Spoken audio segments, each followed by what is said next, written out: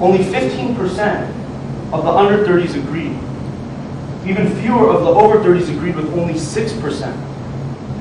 We then wanted to see if the survey participants thought New Orleans tourist spots were back to normal. 32% of the age 30 and under agreed, while only 15% of the over 30s agreed. Next, we wanted to ask individuals if they agreed with the statement that New Orleans is a great place to visit right now. 21% of the under 30s agreed, compared to only 12% of the over 30s agreed. Then we asked individuals, how likely are you to visit New Orleans in the next 2 years? 20% of the under 30s said they were likely to visit New Orleans in the next 2 years, while only 11% of the over 30s were likely to visit. We then asked a series of questions pertaining to reasons not to visit New Orleans. As the table shows, 3 major reasons emerged from both targets: crime, sanitation, and hurricane damage. It should be noted that the under 30s were less influenced by these reasons than were the over 30s. We then asked questions concerning reasons to visit New Orleans. As you can see on this chart, both age targets that we targeted, they said they would go to New Orleans for the same exact reason: music, culture, food, nightlife, and historical sites. In summary, regional competition is on the rise. Most tourist spots are back to normal. National media is still running negative stories about New Orleans. Perceptions of New Orleans are still negative. And finally, the group most positive about New Orleans is the under 30 age category. Now to talk about strategy, and the next portion of our presentation is Amanda Bloom. Thank you so much, Nick. Now I'd like to present to you a recommended strategy that we believe will work today in the city of New Orleans. So let's quickly revisit our goal: to revitalize tourism in the city of New Orleans. The goal is not, however, to rebrand New Orleans. The goal is not to reposition New Orleans, and not to establish new associations for New Orleans, but rather to revitalize New Orleans by establishing both that all of the great attributes that have always remained in the city are still intact, and also that the city is open for you to come and explore them. So the task with revitalizing New Orleans, we pondered 2 challenges that we would have to overcome in order to ensure this campaign would be a success. First, combating the negative perceptions that are widely held about the condition of the city. And secondly, maximizing the return on investment given a relatively small tourism budget. So let's start with our positioning strategy, the second step on the roadmap in front of you. From beginning the positioning process, we looked at 3 alternative ways of going about changing perceptions through a campaign. The first being an explicit approach, such as bring back New Orleans. Yet when we tested multiple explicit approaches, we found that actually rather than shifting perceptions, an explicit approach actually reinforced the problems that New Orleans was facing. And therefore, this explicit mannerisms are ineffective in increasing the visitation to the city. The second approach we examined was ignore tactics, such as New Orleans, the birthplace of jazz. This was ineffective and altered perceptions because it did not address what was in top of mind for consumers, which was the condition of the city after Katrina. Therefore, an ignore tactic simply won't work in this case.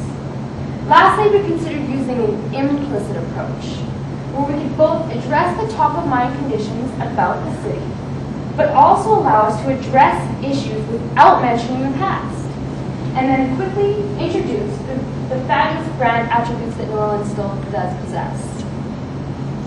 We tested the implicit approach and found that it was both most effective at altering perceptions and increasing the desire to want to visit the city. And so therefore, the position that we strive New Orleans to occupy in the mind of our consumers was, New Orleans is open for tourism.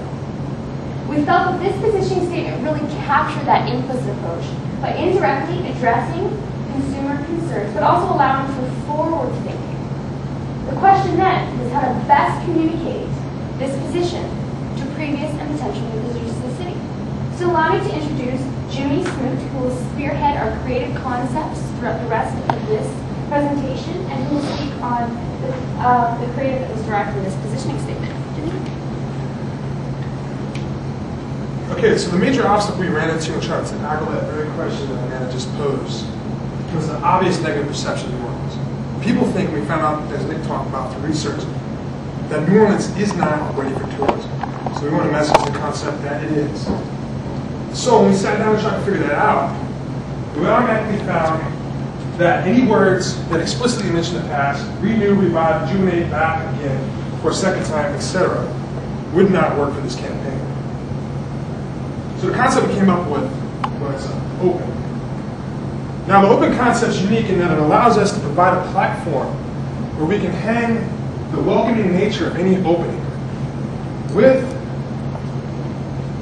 an implicit message about New Orleans tourism. This campaign is really going to come to life in 2 phases.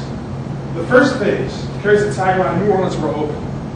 While the second phase is similar to the first, that still utilizes the open concept, it actually requires specific targets. We're going to have Amanda talk to you about targeting before I get in there. So I'm going to walk you through the first phase right now. The idea behind phase 1 is to really mass message the concept that New Orleans is open to everyone. Not specific individuals, but everyone. And how we're really going to achieve that is providing visual evidence and concrete examples that New Orleans is clean, safe, and open. As you remember what Nick talked about earlier, he said people think New Orleans is not clean, safe, and has a lot of hurricane damage, which isn't really a welcoming, open nature. So as you can see on this creative idea right here, we still execute all of those clean, safe, open concepts on every single picture. Nothing happens just because we decide to pull it out. It's completely concrete examples. For example, as you can see here, the pictures are all clean, well-lit places, which promotes safety, and the people in this picture right here promotes a welcoming and open nature. So like I said, phase 1, mass mentions the concept that New Orleans is open to everyone. Phase 2 requires more specific targets. We're actually having Amanda come up and talk to you about that right now. Thank you so much, Drew. That's great. So let's look at the target market for this campaign before Jimmy explains to us phase 2 of our creative concept. So in segmenting our target, we decided to focus our efforts on 3 primary groups. Past visitors, as Nicholas stated, as being primarily from Louisiana, Texas, and Mississippi. The 18 to 30-year-old market, as Kate had requested we specifically focus our efforts on. And the group that were historically the most likely to visit New Orleans, however, currently held the most negative perceptions about the condition of the city, the 30 to 50-year-old market. Yet, after analyzing our research, we decided to focus our primary efforts on the 18 to 30-year-old market and consider the other 2 targets secondary. Not only because the case had requested that we focus on the 18 to 30-year-old group specifically, but also because the 18 to 30-year-old segment just made the most logical sense given our research. First, they were the most positive about the current condition of the city. Secondly, the 18 to 30s reported as being the most likely to travel to the city in the next 2 years. And third, as destinations such as Miami and Las Vegas understand, the 18 to 30-year-old market are trendsetters for destinations. So if the 18 to 30-year-old market is going somewhere, usually the 30 to 50-year-old market will follow. We also recognize that the 18 to 30-year-old market is not one-dimensional. And therefore, we looked at multiple facets and characteristics within our target in order to appeal to their particular preferences. In fact, we broke down this market into 4 subgroups: college students, young singles, new professionals, and newlyweds to better understand the full scope of this segment. So now that I've identified our primary target, 18 to 30, allow me to reintroduce Jimmy to finish off roadmap point number 3, a campaign that possesses evidence that New Orleans is clean, safe, and open, and move us from that into phase 2.